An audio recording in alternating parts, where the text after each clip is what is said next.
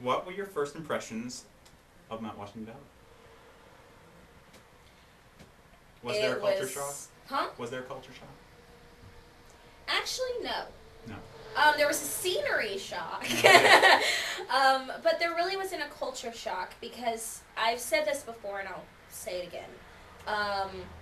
The nice thing about this area is that it does have what we call down in the South Southern hospitality. Mm-hmm.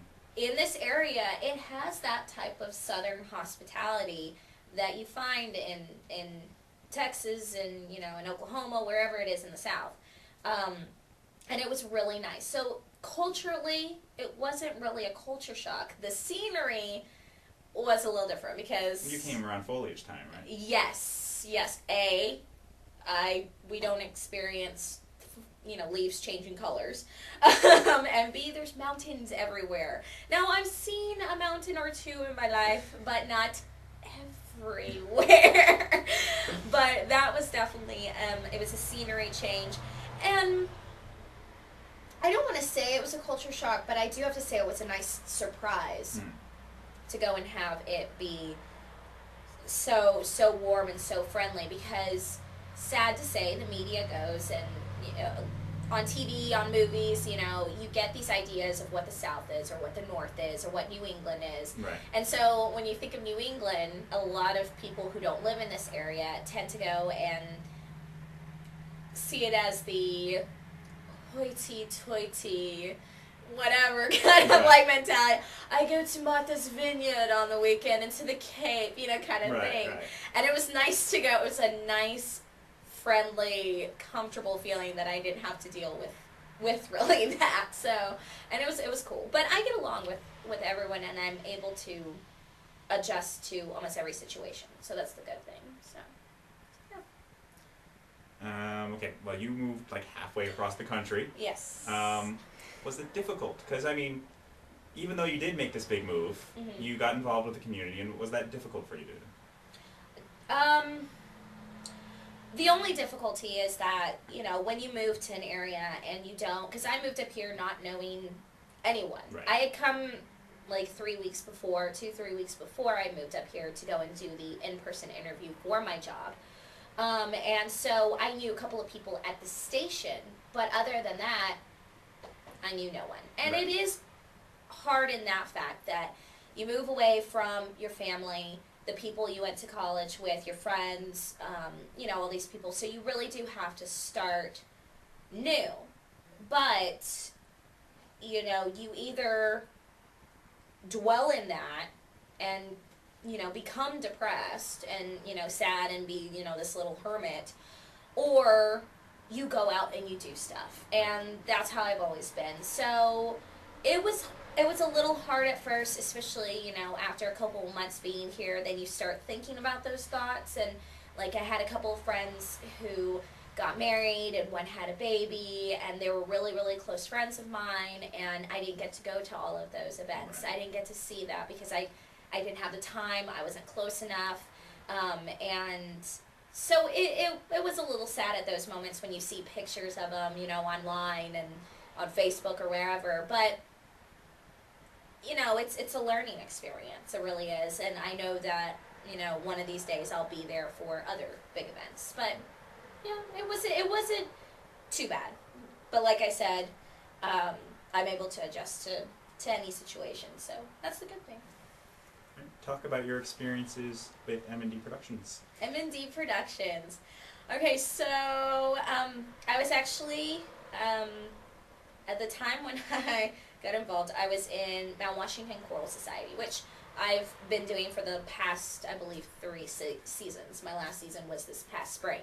And the choral director for that, the director of the Choral Society, was going to be the accompanist, the pianist for the latest production that they were going to do, Company.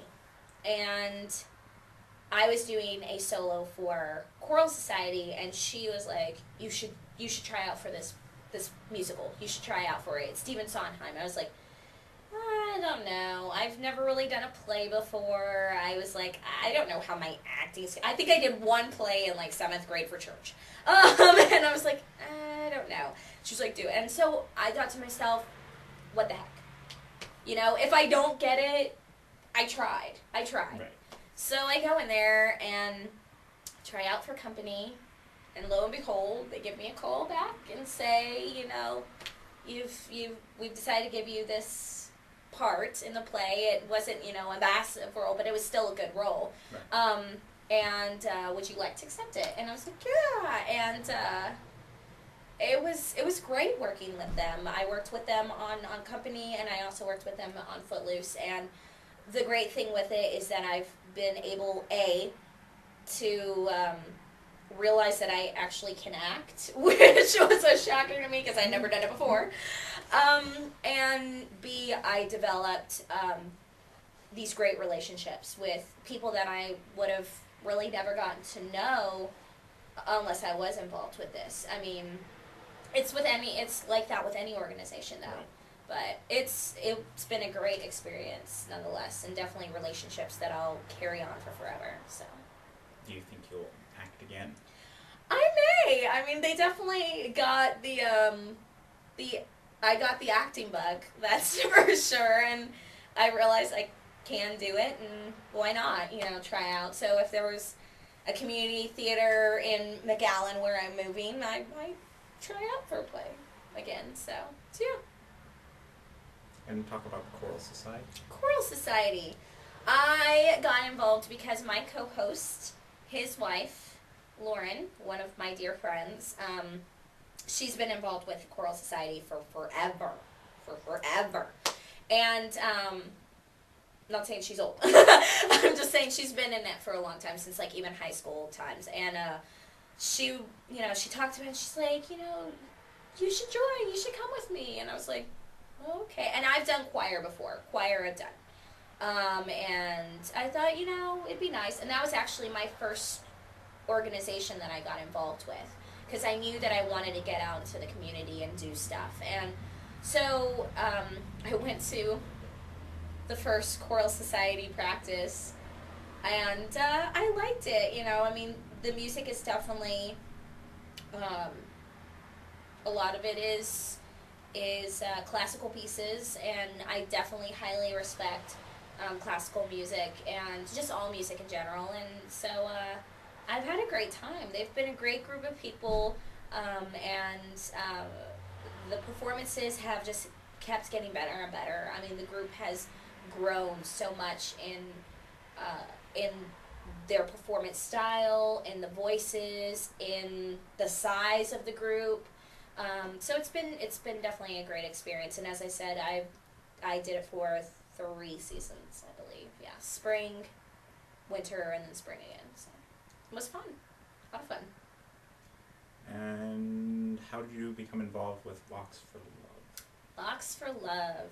Well, I've donated my hair once back before my freshman year in college, and my hair grows really, really fast. I have to thank my mom's side of the family for that. And so I did it once before on my own, and I was growing out my hair, and I had decided while I was up here that I was going to do it again. I was actually going to do it last summer, but decided, it's still not long enough. Like, I wanted to get some more inches to it. So decided I'd wait until this summer came around. Went back home, and my mentor back home, who's also involved in radio, I was talking about it in front of her and someone else. She looks at me and goes, so you're going to be doing it on the radio, right? Like, donating my hair, because I told her, well, I want to donate my hair for Locks of Love. And she was like, you're going to be doing that on the air, right? I was like, well, I was thinking about it. I was like, no, she goes, let me rephrase the question again. You're going to do that on the air, right? And I go, yes, we're going to do an event. And so she kind of planted the seed a little bit. And I decided, when I came back after my vacation, I came back up here, and I decided to approach my co-host.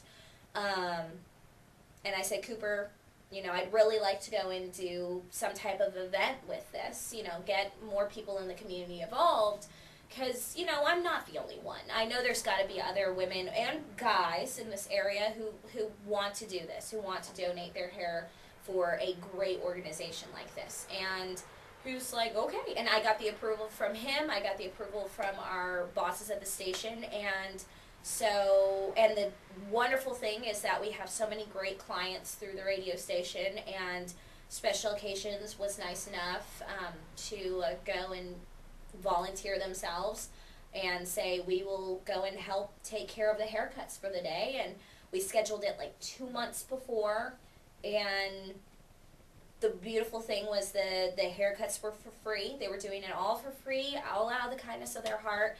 And in the end, 14 hair donations total, 181 inches later, and $74. And, you know, Locks of Love has all of that now. And it was just a great turnout. And it was definitely something that they want to do from now on.